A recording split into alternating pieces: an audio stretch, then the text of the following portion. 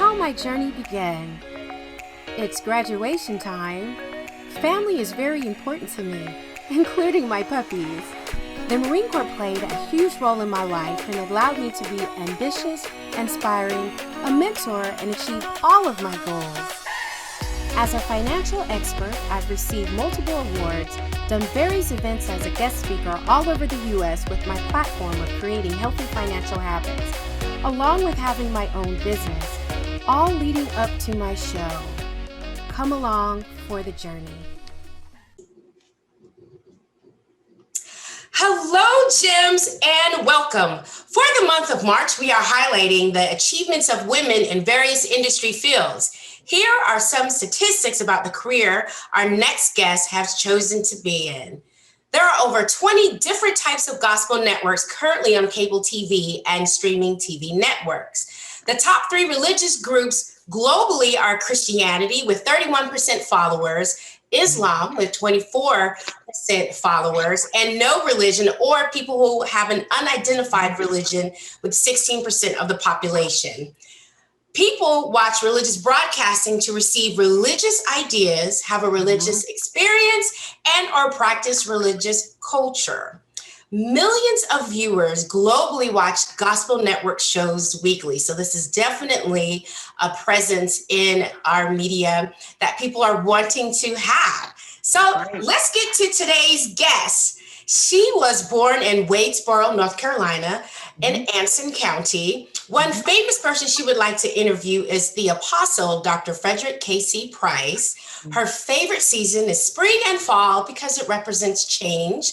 One of her uplifting songs that she enjoys listening to is I Don't Mind Waiting by Juanita Bynum.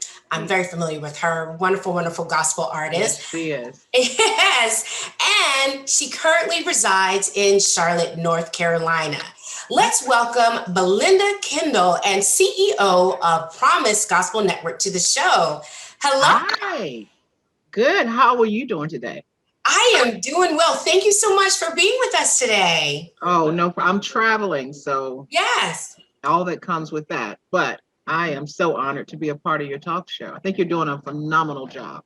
Thank you so much. So let's just go ahead and get started. So how did you get started in the TV and the radio industry? I've always loved hearing about people's beginnings because it's never a reflection of where they are now. So tell us about your beginnings. So it was very interesting. Had never done TV or radio. I did do traffic radio. You know, the girl that says, don't take 45.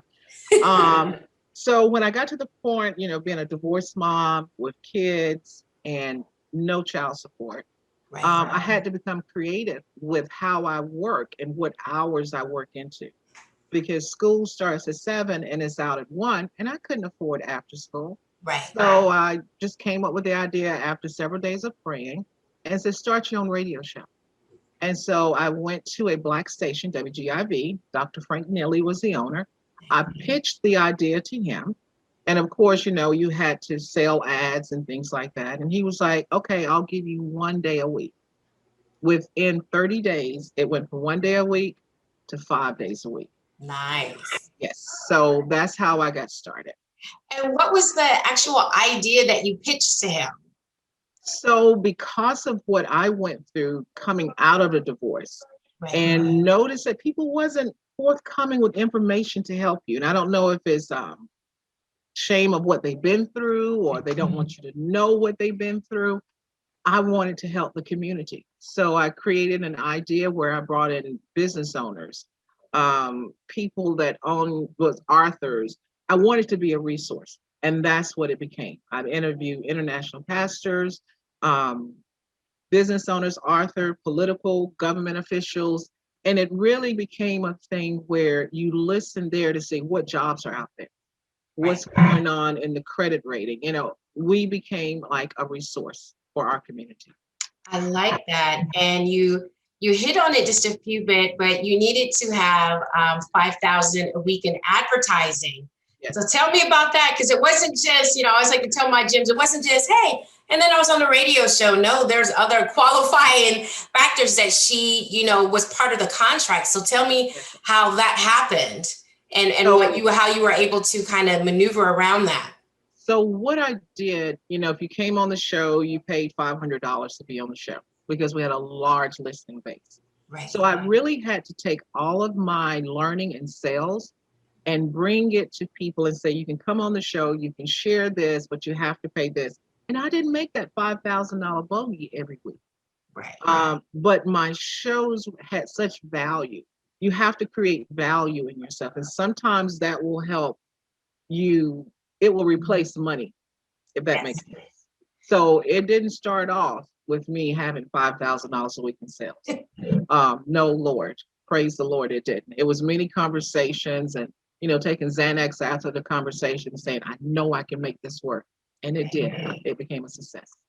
And that's one of the things, I always like to tell my gyms is that, you have these parameters, but you are the value that you're bringing to the table. Maybe if it was someone else that wasn't bringing that value, they would have been let go. But you were bringing, yes, the quality and the content that the radio station was like, okay, we get it. You didn't quite make the 5,000 this week, but you're bringing in more listeners. You're bringing in more viewers.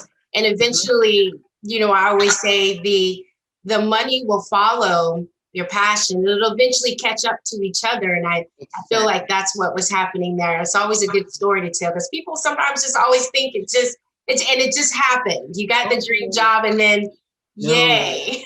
No, it doesn't just happen. I used to tell people, how people say different devils, different levels. Yes. I said, that's not true because only God can recreate. It's usually the same person you dealt with as a child, but comes in another form. Distracted with, oh, she drives me crazy. She does this. But at the end, we'll say, she's just like my mother. So now you've dealt with that spirit. You know how to deal with it. It just has a different shape and form. That's all it is.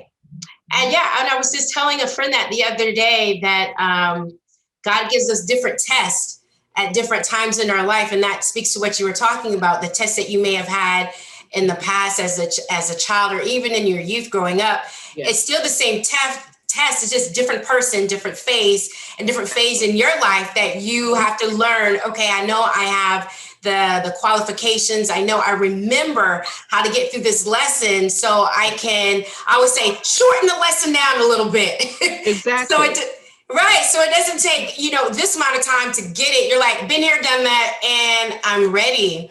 Right. So speak on the type of quality and the information that you had. I know you had a lot of different guests, but what were they bringing to the table that was really resonating with your viewers?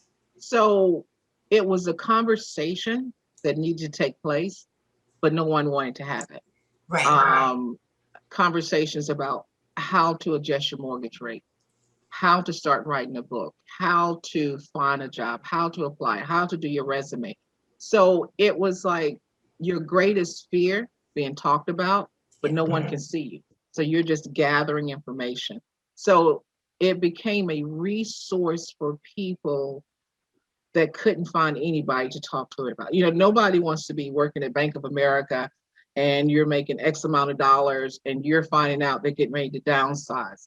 Right. They don't want to go to their coworker and say, what do I do? How do I do this?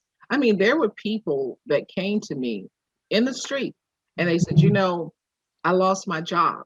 I've never been on food stamps, but you brought in the Department of Social Service to help me and help to keep the insurance going. But see, I'm not in their circle. So I had to create the resource outside of your circle, if that makes sense. Oh, absolutely. Because a lot of times we don't know what we don't know.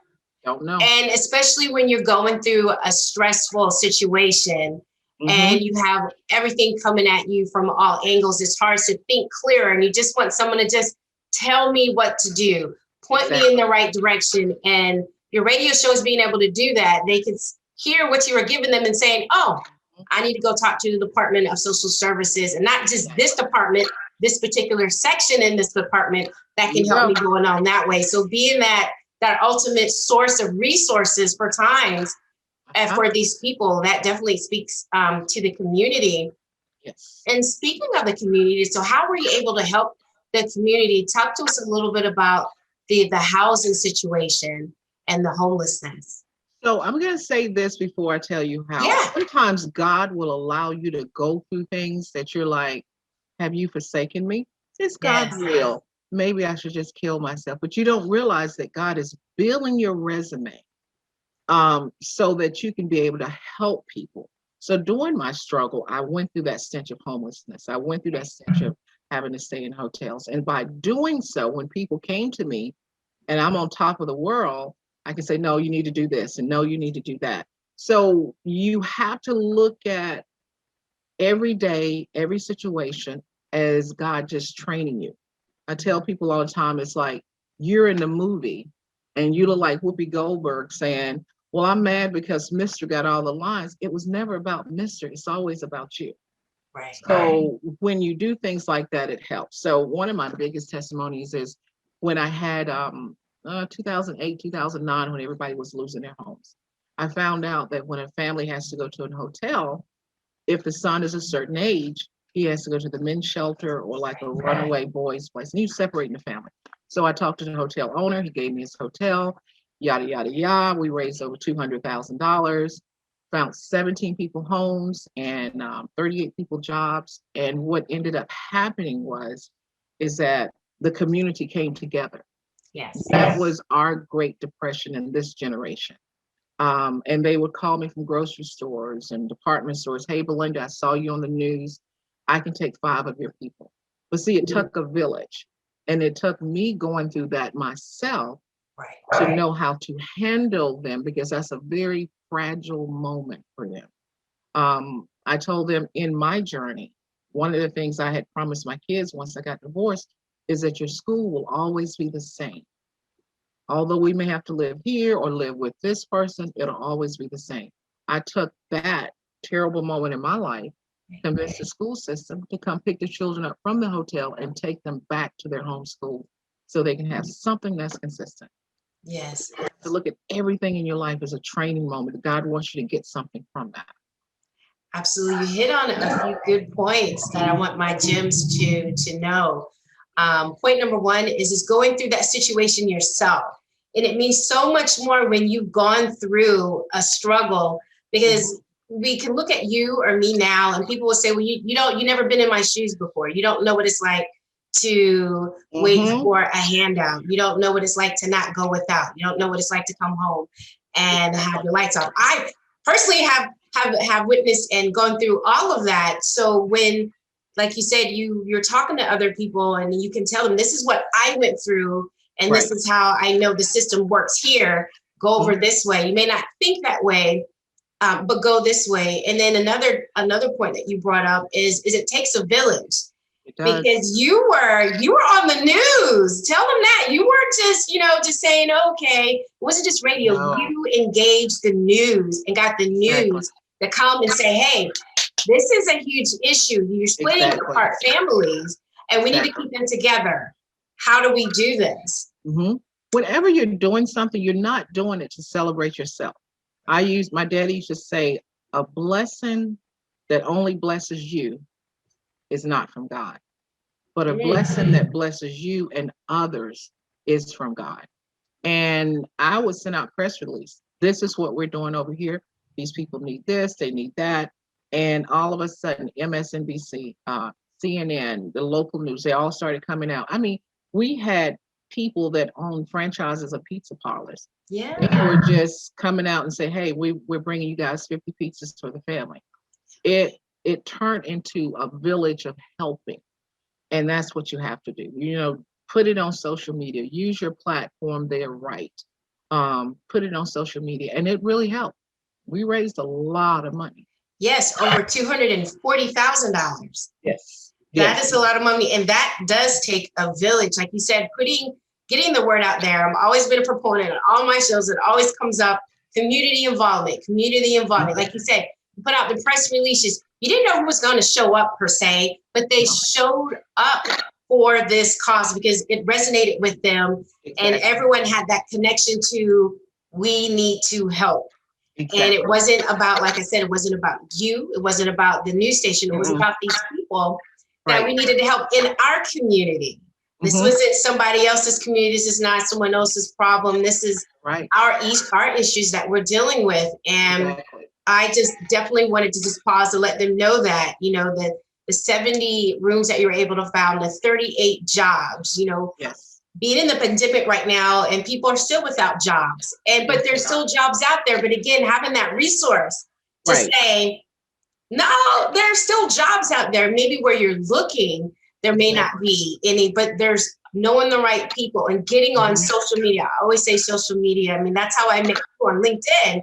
Yes. Getting on social media and just saying, I would like help with this. Exactly. I need help with that. Putting that ask, that request out there, and then watching it, like you said, that blessing just flow, because it's not just for you. Other people are reading it. Other people are saying, I had no idea that you could do this with a hotel. I had no idea. Really, pizza parlors can donate their pizzas. I didn't know that they would even think to do that. But when you put it out there and watch the community come together, I think that's just such an amazing thing. It changes. Yes, it changes in just so many platforms, and changing those lives. And people won't forget. You have, times have changed, and people have, of course, grown for those circumstances, but they'll always remember, I now know how to do this. And that's part of that lesson that was learned that you were part of. I always, you never know how you touch someone, because you may move on in life, but you've touched them, and there will be a blessing to someone else as well. Exactly. You're exactly right. And speaking of the face of things, so how did you become the face and consultant for Miracle More Skincare in Ireland? Talk about social media in Ireland. I love it. It just blew me away, because, there's not a lot of gravy on the rice in Ireland.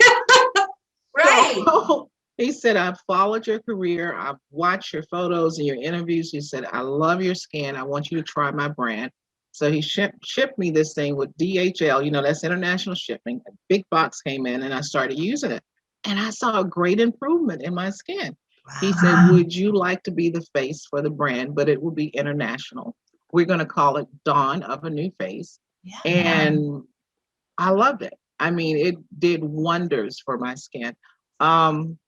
So the bigger picture there, I think it's wonderful, and that I'll be a face that you'll see in the store or whatever. But what was more important to me, where I grew up in Waynesboro, North Carolina, it is a tier 1 county, which means probably 70% of the people there are on food stamps. Right. So the bigger thing, the thing I like to talk about the most is getting him to move his company from Ireland to the United States, to my hometown, so they can do the distribution from there. What is that going to do? That's going to give people jobs. Yes. And it's going to change a generation. He said, how does that change a generation? I said, if a child grows up in a home and the mother's dependent on government assistance, that generation of curse is usually passed down to her children. But if I can give that mother a job, promote her in management, give her skills, then her children look at her and say, I can do the same thing. Now that generation just got changed. We do what is comfortable, what we see. But if they see something different, it changes the next generation. So that's more of a bragging point, blow the horns and whistles, is that I can bring jobs to my county. Yes, and that is, I always tell people with that, shoot your shot. Because if you don't ask the question, as they say, a closed mouth doesn't get fed. If you hadn't even asked him that question, you may not have been thinking about moving it to stateside or specifically to your hometown. And interestingly enough, I just got off a phone call this morning, which drives me crazy, because I have to talk to them at 3:00 in the morning, because it's 9:00 over there. There's another guy that has a product, and he said, Belinda, once he gets there, I think I want to move my production there. So see, those are the things that I kind of focus on more. It was nice to be on the skincare thing, and I'm honored. But to be able to help people in my hometown that I know at one point was a thriving community, and then all the manufacturers moved out and everything changed. So keep me in prayer on that. It's a lot of negotiation. Yes, it's a lot of negotiations, but they see your passion and they see your purpose. I say passion and purpose in that. You're not picking a huge metropolitan city. No. You're not picking, I know a lot of people, they'll like you more because it's this city's name. And you're saying, no, this is where I want to help. Again, that community coming back, and no matter what you do in life, never forgetting where you came from and those communities and the people who will flourish from a new job and a new skill set too. So it's more than just them moving and we're gonna, like you said, just kind of produce these skincare products. No, you're giving people new skill sets, because I never sold skincare before. They never worked in this industry before. And you're giving them jobs that, like you said, is taking away that generational curse. It's saying, I can feed you. And if you stay here, when my child gets old enough, maybe they can come work for the company as well. And now they have different, just so many different ways they can do it. And being an African-American woman in the face of this company. Now it's in Ireland, Ireland. I know.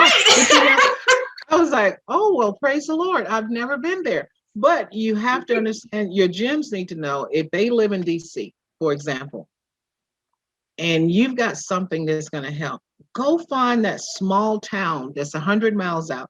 You'll be surprised the grant money that's out there. Yeah. If you produce that, the tax breaks and all of these different incentives, and they're just saying, if you just bring something here, or you go into the deepest urban part of Philadelphia or Chicago, and they said, well, this is kind of rough over here, but you know what? It doesn't stop our Asian brothers and sisters from opening up a hair shop there. Mm-hmm. So you'll be surprised the money they got just for bringing a business there. Yes. So don't let your mind be limited to just, one thing. Absolutely. And you hit on another good point. Other people are doing it. Why not you? Exactly. I say that. Why not you? Like I said, they're moving to these areas. They're getting the grant money. They're opening up these stores and these restaurants. Why not you? Because the same money that it's afforded to them can be afforded to you. Why not do that? You don't. Exactly. And, I live in Delaware, and people always say, why do you live in Delaware? And I said, why not? There's still people here, and there's so much that you can do here. And like you said, finding those small gems, as I say, the hidden gems in the state that either you live in or state that you love to be in, they're hidden everywhere, and just making sure you uncover them. And then, like you said, bridging that gap, finding who needs to create an industry, because believe it or not, a lot of these manufacturers don't want to compete in these metropolitan cities. The competition is huge. They don't want to go into these huge cities and compete with company A over here, company B. They'd rather go often to these other overlooked cities and say, and I can have how many of the jobs here, and they'll all be wanting to come here, and I can get my name out, and I can do something different in this community. So I love it. I love it. I love those gems. And moving on, because you're such a phenomenal woman. That's why I had you. So you are also the first African-American woman to be on the executive board at Fans of America, nonprofit organization that supports veterans. I'm a veteran, and I was just like, I love it. So how did this opportunity come? Because now you are just, people are saying, Belinda, I want you. I want you. So how did this fall in your lap? So I used to do celebrity golf tournaments, and my job was to raise money for sponsorship. And the guy, Scott Schaefer, awesome man, that was over that part of it, he said, I've got a guy I think you need to meet and bring your marketing skills to him. And so he called me. We had a conversation. He said, what would you change? What would you do different? And I said, this is what I would do, and yada, yada, yada.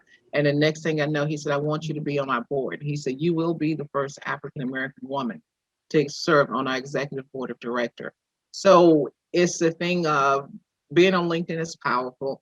I have veterans all the time. I have this small business, or we're homeless, or whatever. How can we help? And then I take it to the board and say, here's a need here. Here's something that we need to change here, because these are the gaps in it. Veterans need so much honor. Yes. They should go to the top of the line. It should be the government gives you a 50% tax break for hiring them, because they inconvenience themselves. While we were asleep, hanging out at McDonald's, walking around the mall, they're somewhere with strapped, carrying 50 pounds of weight in the heat away from their family to ensure that we can still walk around the mall, still do it. I don't think people see the big picture and the sacrifices that the veterans make. They really don't. Right. And how long have you been with this organization? 3 years. 3 years, good stuff. And they're international as well? We are going international. We wanted to do a concert like they used to do years ago when Yes. Frank Sinatra and the rest. Then COVID hit, of course. So there's some things in plan, and we're trying to do something with cargo housing.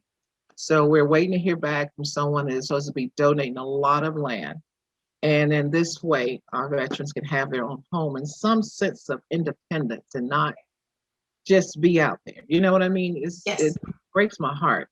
When I see one standing on the street, they call it flying signs. It just breaks my heart. I remember one veteran in particular, him and his wife, there's no shelters for husband and wives. Right. We got them an apartment. I worked with the city. And to let you know how you can become institutionalized to that lifestyle, we got them an apartment. They would stay there all day, no problem.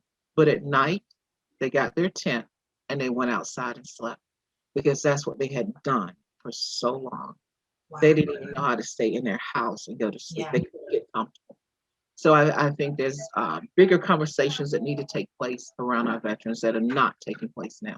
Absolutely. Absolutely. Like I said, being in the armed forces, in the Marine Corps, myself, there's so many discussions around that. So many, like you said, the gaps of this, we see, oh, okay, well, we gave them this. No, there's a huge gap between that resources and where they are. And there's a huge gap between after they get it to what life is like after. There's so many gaps that need to be bridged to make sure it's that, fluid, continuous resources, and I would say care. That's the key word. Yeah, that care that our veterans definitely need. So I heard that, and I just thought, that's definitely something I wanted to talk about, especially for the veteran community. Yes. And of course, here now you have your network. So when did you decide to branch off and create your own TV network, the Promise Gospel Network, out of Houston, Texas? So So what happened there? I had a radio show at WGIB, Kendall Connection, and had one at Hot 77 The Mix, Talk with Belinda. COVID hit, which caused that to, a lot of radio personalities left. WGIB, that segment got canceled after a year or so. So I said, I'm tired of taking a piece of the pie. Give me the recipe to the whole pie. And I just started looking for radio stations for sale, and came across digital TV. So I did my research, and come to find out the state of Texas is either number 1 or number 2 that is uncable, meaning that people are not doing cable like they used to. So that opened that door. It's an inspiration network, and I wanted to be the type of network that you can put your child in front of and walk away and not think about anything. So I like to tell people I want to have pastors that's preaching the Bible and not pimping Jesus, sending $2. I'll sing this handkerchief. We don't need that. I've got money managers. I just got off the phone with a cardiologist that wants to run his documentary on the channel. Nice. So during the downtime and the struggle of trying to get it up, I was able to pick up 3 more states. So when God delays you, he's not delaying you because you did anything wrong. It's something bigger coming. So something bigger did come. So hopefully in the next 30 to 45 days, we'll be able to launch, because now I got 4 states I have to put in this one server. And you'll probably never see me on the network. I called it Promise Gospel Media, because in my journey in life, man can take everything you have, but they can't take the promises of God. So I want to make sure that this is a network that can be a resource like my radio show. I like it. 24/7, something to watch. Like you said, being able, child friendly, being able to set your child down there, and an hour later, you're like, wait, what are you watching? I know. You can actually be okay with your child there. So many, many, many thanks for you for letting that up. And I know people are definitely going to be blessed when they hear that, and encouraged, and like you said, inspired, because you're bringing a lot to that platform. And I like what you said. You just didn't want to have a slice of the pie. Why not own the pie? Right. So that's going to definitely come up again. And another thing that I know we hit on when we talked is when you control the medium, you control the mind. That's So exactly when you're right. providing, yes, that inspirational talk, it's Mhm. sinking in here, Exactly. where your mind goes, your actions follow. Exactly. It's just that once it's in here and people get inspired and they get that sense of purpose again that they may not have had, it trickles down into their life and what they want to do. So Exactly. that, Exactly. yes, that is a blessing in itself. So gems, it's time for your financial gems. Your financial gems for today are: the difference in old money and new money is that new money makes reservations and old money makes dinner. Right. Learn to eat at home more than eating out. Number two, learn to live on 70% of what you take in and invest the other 30% in savings and or investments. Number Right. three, one of my favorites, bartering is a great way to go instead of spending your own money. I'm a huge proponent of bartering. You've heard Belinda say, I'm waiting on this phone call so we can do negotiations. They want a Mhm. little piece of me, I want to get a little piece of them. That's how the barter is going. It's not all about she was bringing $240,000 to the Mhm. table to help the homeless. No, it was a barter. This is the Right. need. You have the resource, and let's come together. So I love that. Number four, how you handle fame. I love this one. Will determine how you qualify for wealth. They heard from you in a minute. And she's been saying it, and I want to say it again. Own the pie. Don't be Right. content with just having a slice of the pie. Own the whole pie. And the whole I'm pie. So it is our show custom to have every guest provide our gems with an inspirational quote. What is your inspirational quote you would like to share with us today? I think it goes back to fame is just as powerful as money. And what I mean by that, when you're building your business, the Bible says that God, because of your gift, He will bring you before great men. You're going to meet people that you never thought you would ever meet, but you don't have a dime. You're Great. going to be invited to things that you would have never been invited to, but because of your gift, you got into that circle. But you have to understand how you handle that is what's going to qualify you for wealth. Now, if you're a handful to deal with and all you got is just knowing the right people, why should God give you money with that behavior? It's like money is an amplifier. If I make $10 an hour and I have to buy a 6-pack of beer every day, if God gave me $25 an hour, I'll just buy it by the case since I'm making more money. God is like a father. But one thing I do stress, He's also a businessman. The same way you can say, oh, God bless me with $1 million. He's going to say, why? What are you Right. going to do? And if you don't have a plan, why should He give it to you? So you can flaunt it and show everybody your designer cars? No, God is like a banker. When I go to God and need $250,000, I can show you what I'm going to do with it, how it will affect people, and how it will change their life. A lot of times our prayers are not answered because we pray in vain. Ooh, that was a good one. Yes. It's the me, my, and I. That's right. And instead of the us, our, and we. How is Exactly. this blessing going to help not me, but others? I know you said that more. Mm-hmm. Thank you for that inspirational quote. They'll definitely absorb that and let it resonate with them. Right. And so thank you so much for being a guest on our show today and being Thank part of the you. journey. Thank you so much. I think you're doing an awesome job. Totally awesome job. Thank you. Thank you, thank. All right, Gems, creating healthy financial habits is a lifelong commitment. Remember, without change, there'll be no butterflies. You know, that's my favorite quote.